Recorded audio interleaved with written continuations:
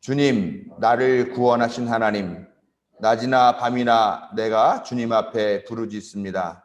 내 기도가 주님께 이르게 하시고 내 울부짖음에 귀를 기울여 주십시오. 아, 나는 고난에 휩싸이고 내 목숨은 스올의 문턱에 다다랐습니다. 나는 무덤으로 내려가는 사람과 다름이 없으며 기력을 잃은 다 잃은 사람과 같이 되었습니다. 이 몸은 또한 죽은 자들 가운데 버림을 받아서 무덤에 누워있는 살해된 자와 같습니다. 나는 주님의 기억에서 사라진 자와 같으며 주님의 손에서 끊어진 자와도 같습니다. 주님께서는 나를 구덩이의 밑바닥, 칠흑같이 어두운 곳에 던져버리셨습니다. 주님은 주님의 진노로 나를 짓눌렀으며 주님의 파도로 나를 압도하셨습니다. 주님께서는 나의 가까운 친구들마저 내게서 멀리 떠나가게 하시고 나를 그들 보기에 역겨운 것이 되게 하시니 나는 갇혀서 빠져나갈 수 없는 몸이 되었습니다. 고통으로 나는 눈마저 흐려졌습니다. 주님, 내가 온종일 주님께 부르짖으며 주님을 바라보면서 두 손을 들고 기도하였습니다. 주님은 죽은 사람에게 기적을 베푸시렵니까? 혼백이 일어나서 주님을 찬양하겠습니까? 무덤에서 주님의 사랑을, 죽은 자의 세계에서 주님의 성실하심을 이야기할 수 있겠습니까? 흑암 속에서 주님의 기적을, 망각의 땅에서 주님의 정의를 경험할 수 있겠습니까? 주님, 내가 주님께 부르짖고 첫 새벽에 주님께 기도드립니다. 주님, 어찌하여 주님은 나를 버리시고 주님의 얼굴을 감추십니까? 나는 어려서부터 교통을 겪었고 지금까지 죽음의 문턱에서 살아온 몸이기에 주님께로부터 오는 그 형벌이 무서워서 내 기력이 다 쇠잔해지고 말았습니다. 주님의 진노가 나를 삼켰으며 주님의 무서운 공격이 나를 파멸시켰습니다. 무서움이 날마다 홍수처럼 나를 에워쌌으며 사방에서 나를 둘러쌌습니다. 주님께서 내 사랑하는 사람들과 이웃을 내게서 떼어놓으셨으니 오직 어둠만이 나의 친구입니다. 아멘. 가족이 함께 모여 즐거워하는 설 명절 연휴를 보내고 있지만 여전히 우리 마음은 쓸쓸하고 불편하고 또 부족합니다. 그러나 그럴수록 우리 자신의 한계와 부족함을 느끼며 그것들을 채우시는 것이 하나님이시고 또 그동안 우리에게 베푸셨던 일상이 얼마나 큰 은혜였던가 하는 것들을 깨닫게 되는 시간들을 보내고 있습니다. 우리 삶 가운데서 우리와 동행하시며 또 우리를 도우시고 지키시며 격려하시는 하나님께서 고난을 이기고 부활하는 삶의 신비를 보여주시는 하나님의 은혜를 사모하며 예배하기 위해 함께 모인 성도 여러분들께 크신 사랑과 자비를 베푸시기를 성어버이 성자 성령의 이름으로 축원드립니다.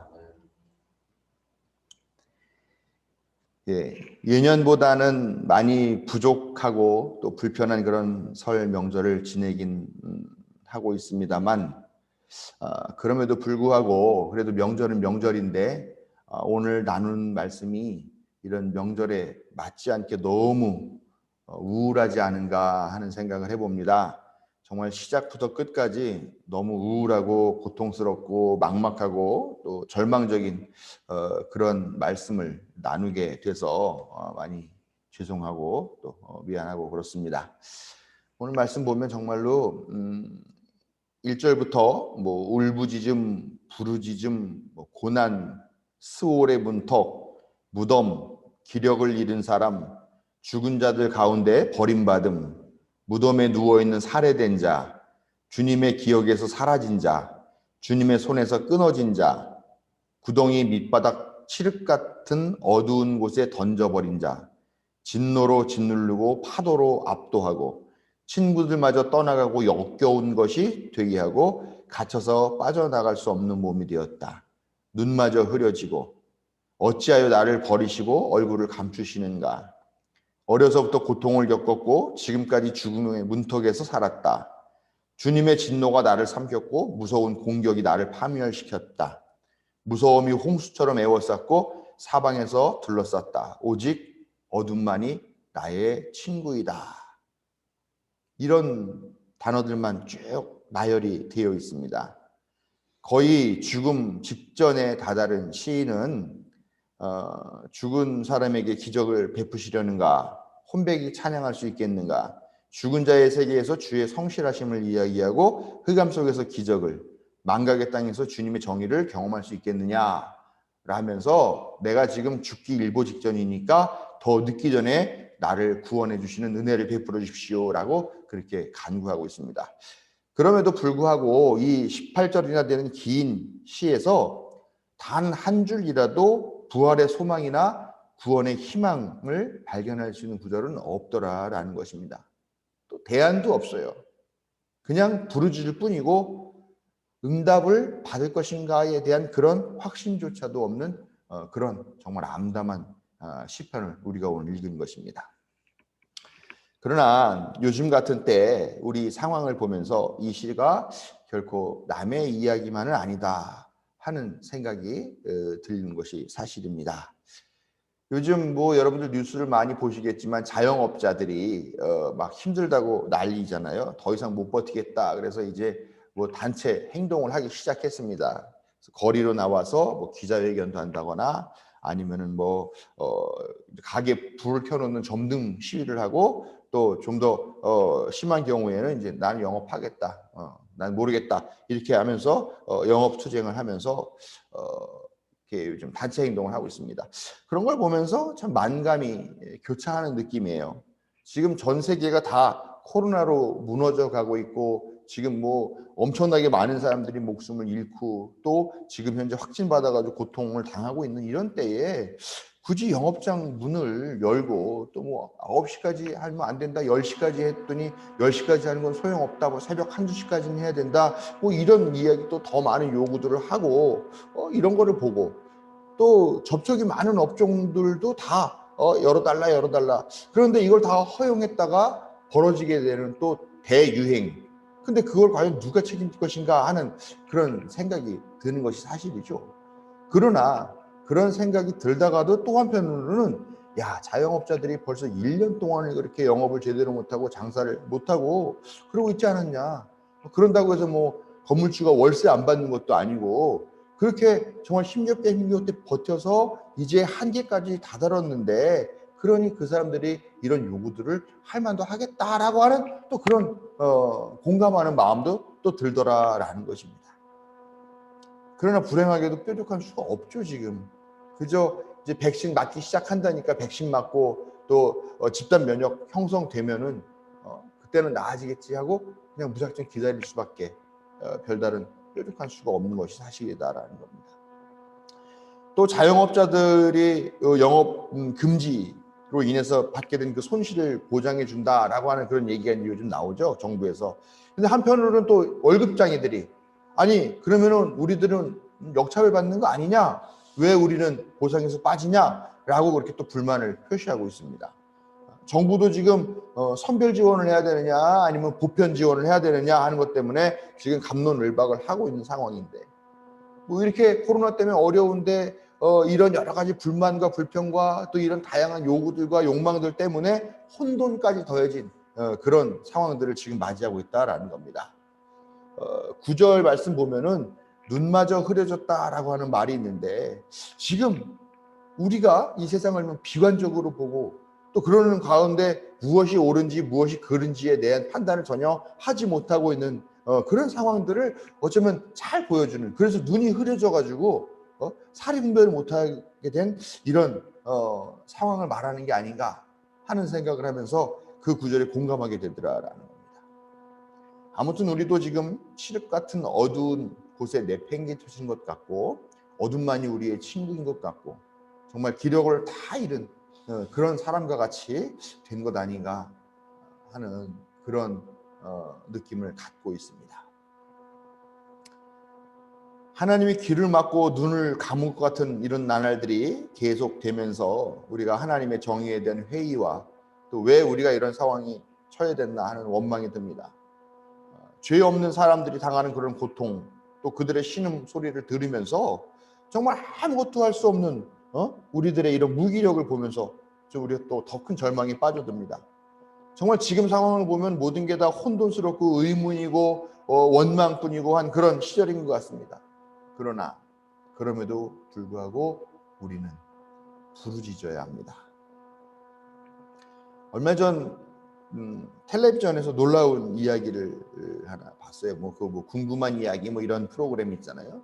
그런 데서 봤는데, 요즘은 그 라디오 방송을 많이 듣지 않지만 라디오에 이렇게 우리가 엽서를 보내거나 편지를 보내가지고 거기에 우리의 사연 혹은 신청곡을 적어가지고 이렇게 보내면 그 방송국에서 노래 그 사연을 선곡해서 틀어주기도 하고 그런 일이 있죠. 요즘은 유튜브로도 방송을 하니까 유튜브에 댓글을 달거나 아니면 거기에 이제 문자 메시지 같은 거를 이렇게 보내면서 생방송으로 이렇게 사연 신청하기도 하고 그렇게 한다고 합니다.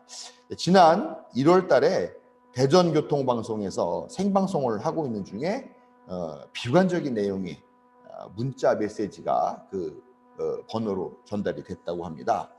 이상한 낌새를 느낀 그 방송 PD가 얘기를 하죠. 30분 후에 문자를 보냅니다. 30분 후에 이 노래가 선곡해서 틀어드리겠습니다. 그런데 왜 이런 상황이 되셨는지 좀 자세하게 사연을 좀 들려주시겠습니까? 라고 이렇게 얘기를 하면서 좀 시간을 지체시켰다고 그래요. 그러면서 한편으로는 경찰과 119에 전화를 해가지고 지금 이러이러한 상황이 됐는데 이 번호 빨리 위치 추적해가지고 가서 봤으면 좋겠다 이렇게 얘기를 했다는 겁니다. 결국 경찰과 119 구급대가 현장에 출동을 했는데 약간 늦긴 했어요. 차 안에서 의식을 잃고 쓰러져 있는 사람을 발견해가지고 병원으로 옮겼다고 합니다. 다행히 이 사람의 생명은 살렸다고 합니다. 그리고 나중에 이 사람이 자기가 그런 선택을 한 것에 대해서 되게 후회하고 또 자기를 이렇게 살려준 PD들과 경찰 구급대에게 고맙다라고 하는 인사를 했다고 합니다. 근데요, 깜짝 놀란 게 그 극단적인 선택을 한 사람을 구조하러 갔던 경찰이 딱 가서 봤더니 자기가 아는 자기 친구들하는 겁니다. 얼마나 소름 끼치는지 모르겠어요. 그 내용을 들으면서. 아무튼 그 사람이 자기가 처했던 그런 상황들에 대해서 입을 벌려서 이야기를 했고 자기의 상황이 지금 얼마나 비참한가에 대한 그런 울부짖음을 했기 때문에 그거를 들은 사람들이 그에게 도움을 줄 수 있었다라는 것이죠. 저는 이것이 하나님의 섭리라고 느꼈습니다. 물론 모든 자살 시도하는 사람들이 다 구조를 받고 구원을 받는 것은 아니죠. 그러나 자신이 처한 상황에 대해서 울부짖는 사람은 위기를 넘길 기회를 만나게 된다라는 겁니다. 그 울부짖음을 누군가 반드시 듣기 때문이죠. 그것이 하나님일 수도 있고요. 그것이 사람일 수도 있습니다. 그리고 그 울부짖음에 반응하게 되면 위기를 모면하게 되고 위기를 벗어나게 되면서 새 힘을 얻을 수 있다는 것을 우리가 분명히 기억해야 됩니다. 여러분, 우리도 어려운 상황에 처합니다. 우리라고 장담할 수는 없어요. 근데 어려움 겪었을 때 그걸 묵묵히 참고 견디는 것이 미덕같이 여겨지는 그런 것들이 분명히 사회에 있습니다. 그러나 정말 힘들 때는 울부짖고 부르짖고 도움을 요청하고 손을 내밀어야 도움을 받을 수 있고 구원을 받을 수 있다는 것을 우리가 분명히 기억해야 됩니다. 소리가 들려야 도울 수도 있는 거죠. 아무 소리 들리지 않는데 어떤 위기에 처해 있는지 알 수 있겠습니까? 여러분, 우리가 하나님 믿는 사람들이기 때문에 어려운 가운데서 견딜 수 있는 힘을 얻긴 합니다만 그래도 어려울 때 울부짖고 부르짖고 기도하고 이야기하고 외치고 소리를 내서 다른 사람들과 교감할 수 있는 그런 기회를 얻고 또 그를 통해서 도움을 받을 수 있는 그런 우리들이 또 이 말씀을 듣는 모든 여러분들이 되시기를 바랍니다. 그렇지만 역시 소리를 듣는 사람이 없다면 그 절망은 더욱 깊어질 수밖에 없다라는 것이죠. 시인은 지금 이 노래를 통해서 너무나 깊은 고통 가운데 있으면서도 기도를 멈추지 않고 있습니다. 계속 부르짖고 힘겹고 어렵다고 그러는 그런 호소지만 이 기도를 멈추지 않고 계속 하더라라는 겁니다. 어떻게 이렇게 할 수 있을까? 그것은 이 시인이 자기가 부르짖을 때 하나님은 반드시 그 부르짖음을 듣고 계실 것이라는 확신이 있기 때문이라는 겁니다. 하나님이 들으신다는 것은요, 우리 성도들이 듣는다는 것과 똑같은 말입니다. 하나님이 들으시고 이 사람이 안 되겠구나, 불편하구나, 도와줘야겠다라고 하실 때에는 반드시 사람을 통해서 그 도움의 손길을 내민다는 것을 우리가 기억해야 돼요. 그런 의미에서 우리 성도들은요, 하나님의 귀이고 하나님의 눈이어야 합니다. 정신적으로나 육체적으로나 우리가 깊은 절망적 상황에 처했을 때 우리가 어떻게 합니까? 예? 요즘은 의학 기술들이 많이 발달해서 우리가 신경정신과를 찾거나 아니면 심리 상담사를 찾습니다. 저도 대학 다닐 때 목회 상담이라는 과목을 공부를 했어요. 거기서 목회적인 상담을 해야 되는데 제1원칙이 뭐냐? 잘 들어줘라 라는 것이었습니다. 찾아와서 이야기를 하려고 하는 그 사람의 이야기를 귀담아 들어주는 것만으로도 치료가 되고 거기서부터 해결책을 찾는 실마리가 풀린다라는 것입니다. 이야기하는 사람이 이야기를 하다 보면은 자기의 상황들을 바로 보게 되고 자기의 문제가 뭔가를 발견하게 된다라고 하는 이야기입니다. 목사들은 막 얘기를 들으면 막 그냥 뭔가 충고해주고 싶고 도와주고 싶고 하는 마음이 있어가지고 막 자기 얘기를 하려고 하는데 절대 그러지 말라고 하는 거예요. 이야기를 들어줘. 그것이 제1원칙이다. 우리가 모든 상황에서 기도하는 것은 하나님께서 그 기도를 들으실 것이라는 확신이 있기 때문에 기도를 하는 것이죠. 물론 기도한다고 해서 모든 기도가 다 우리가 원하는 그런 방식대로 응답을 받는 것은 아닙니다. 그러나 우리가 정말 힘겹고 어렵고 고통스러울 때 정말 무릎 꿇고 엎드려가지고 끙끙대면서 눈물을 쏟아내면서 하나님께 도와주십시오, 나를 구원해 주십시오, 나에게 은혜를 베푸십시오 라고 그렇게 기도하고 눈물 한번 쏟으면 어떻습니까? 우리가 후련해지고 또 새로운 힘을 얻는 것 같은 그런 위로를 받게 된다라는 겁니다. 누군가가 내 이야기를 들어준다는 것만으로도 힘을 얻게 되는 거고요. 또 들어주는 것만으로도 공감하는 것이라는 겁니다. 요즘 세상에서 벌어지고 있는 씁쓸한 이야기들을 보면요, 대부분 공감하지 못하는 사람들 때문에 벌어진 일들이에요. 마리 앙투아네트가 사람들이 와서 빵을 달라, 배고파서 못 살겠다 그렇게 얘기하니까 빵이 없으면은 고기를 먹어라 라고 그렇게 얘기를 했다라고 하는 그게 뭐 지금 그게 실제로는 마리 앙투아네트가 한 얘기가 아니다라고 하는 얘기도 있고 뭐 낭설인지 사실인지는 모르겠습니다만, 근데 이 이야기는 뭐냐면 공감하지 못하는 권력층에 대한 비난의 이야기잖아요. 우리가 요즘 정치인들 보고서 특히 꼴보기 싫은 이유가 뭡니까? 그들이 가진 자, 누린 자들의 삶에 너무 익숙해 있어요. 그러니까 가난하고 또 약한 또 서민들, 그런 사람들이 어떻게 사는지에 대한 경험이 없으니까 공감을 못해요. 그러니까 너무 꼴보기 싫은 거죠. 막 가지고 집 한 채 없어가지고 막 아니면 매년 2년마다 전세금 올려달라고 하는 것 때문에 막 머리가 터지는 그런 사람들 앞에서 뭐 앞으로 뭐 부동산 세금 뭐 마음껏 뭐 하겠다, 마음껏 팔 수 있겠다 하겠다, 마음껏 가격 올리게 하겠다, 이런 얘기를 하는데 분노하지 않을 수가 없다는 것이죠.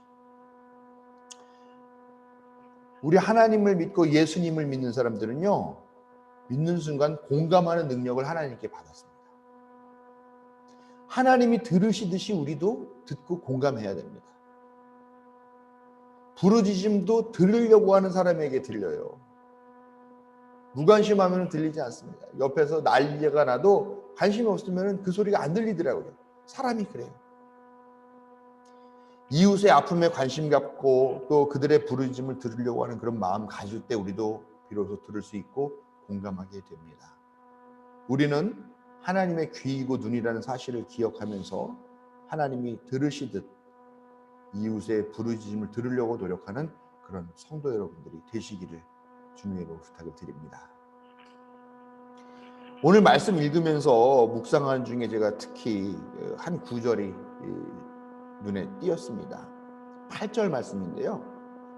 가까운 친구들마저 내게서 멀리 떠나가게 하시고 나는 그들의 보기에 역겨운 것이 되게 하시니 나는 갇혀서 빠져나갈 수 없는 몸이 되었습니다. 저는 이 구절 읽으면서 요즘 코로나 확진자들이 겪는 그런 고통이 생각이 났습니다.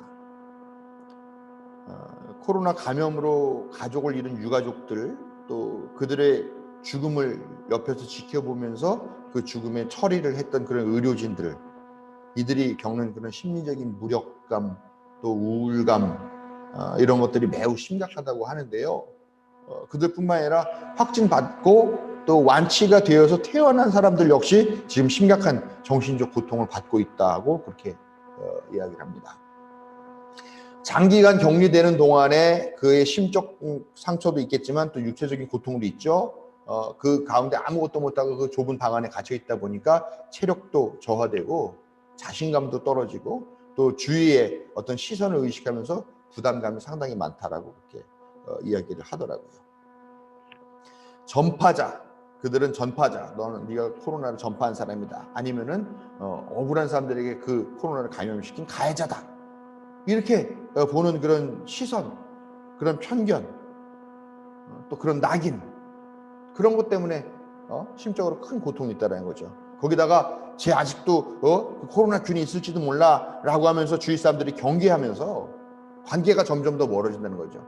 또 본인 자신도 위축이 돼가지고 사람들을 만나기가 어려워지는 거죠. 대인 기피 현상이 생기고 관계가 점점 더 깊숙한 곳으로, 어두운 곳으로, 혼자 있는 곳으로 그렇게 숨어들게 된다라고 그렇게 이야기합니다.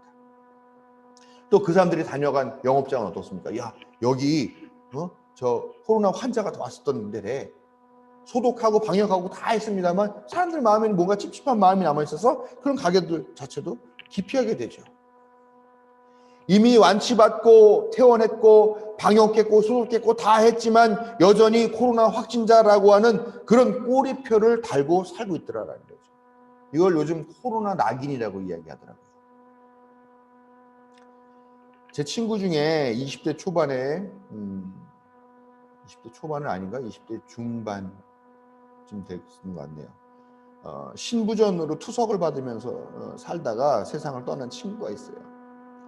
그 친구가 신부전증에 걸려가지고 투석받고 하는 걸 보면서 제가 많이 놀랐어요. 이런 병이 있구나. 그러면서 내가 이 친구한테 물어봤어요. 야, 넌 도대체 뭔 짓을 했길래 이런 몹쓸병에 걸렸냐? 지금 생각해보면 참 무례했죠, 제가 그 친구한테. 근데 그 친구가 참 좋은 친구였고 또 친구들한테 참 친절했던 그런 친구였어요. 그 친구가 뭐라고 하냐면, 야, 넌 감기 왜 걸리냐? 응? 옷 아무리 두껍게 입고 다니고 그래도 감기 걸리잖아. 재수 없으면 감기 걸리는 거잖아. 나도 재수 없어서 걸렸어. 그렇게 얘기하더라고요. 알고 보니까 이 친구한테 그런 어떤 증상이 있었었는데 동네 병원 가가지고 진찰을 받았는데 거기서 오진을 냈대요. 우리가 너무 잘 아는 우리 동네의 그 병원이에요. 거기서 오진 받아가지고 제때 대응하지 못해서 병이 이렇게 커지게 되었다. 그런 이야기를 들었습니다. 그래요. 보니까 병은요, 뭐 자기가 잘못해서 걸리는 부분도 있지만 사실은 재수 없으면 걸리는 게 더 많더라라는 겁니다. 담배 핀다고 다 폐암 걸리느냐? 그것도 아니더라고요. 담배 안 피는 사람도 폐암에 걸리더라고요. 술 많이 마신다고 다 위암 걸려서 죽느냐? 그것도 아니더라고요. 깨끗한 척 가는 데마다 막 손 소독하고 뭐하고 막 화장실을 수도 없이 들락날락거리면서 손 씻고 하는 사람들도 병에 걸리더라고요. 알 수 없어요. 인생의 운명이라는 거는 알 수가 없어요. 그냥 한마디로 그냥 재수 없다. 이렇게 말할 수밖에 없는 것 같아요.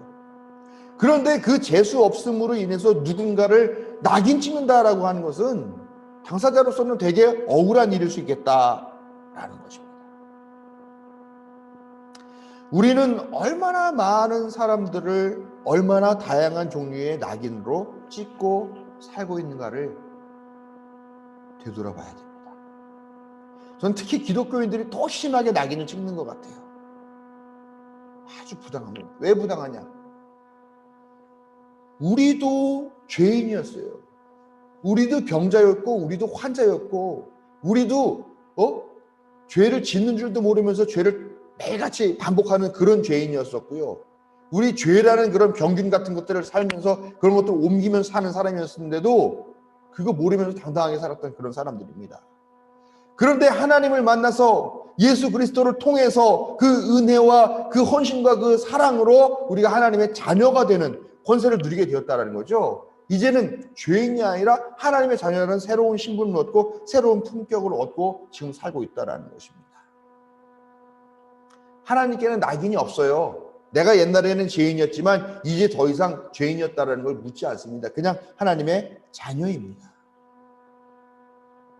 하나님의 은혜로 죄인이라는 꼬리표를 뗀 우리들이 왜 누군가에는 여전히 꼬리표를 붙이기를 좋아하고 그걸 떼려고 하면 떼지 못하게 하고 뗐다 하더라도 야 옛날에 제가 저런 꼬리표가 있던 사람이야 라고 손가락질 하고 있느냐라는 것입니다.